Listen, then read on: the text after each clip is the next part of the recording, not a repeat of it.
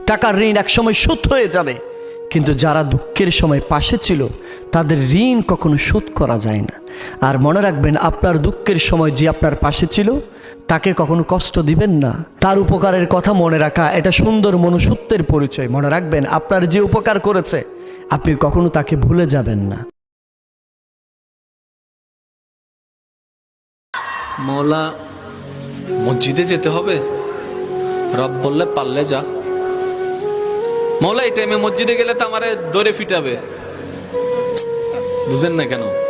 আমি যদি রাতে 3টা বাজে, 4টা বাজে, 2টা বাজে মসজিদে যাই, আমরা চোর বলে ফিটাবে। মসজিদে যাওয়াটা রিস্ক হবে। রব্বে করিম বলে মসজিদে না পারবি না, আল্লাহ পারবো না, তাহলে যা ঘরে যা, যাই নামাজ বিছা। বলে যে যাই নামাজ বিছালে তো বউ বুঝে ফেলবে আমি বাটপারি করছি। কথা বলেন না কেন? মৌলা বউ বুঝে ফেলবে, মা বুঝে ফেলবে, নিশ্চয় কোন একটা অঘটন ঘটায়।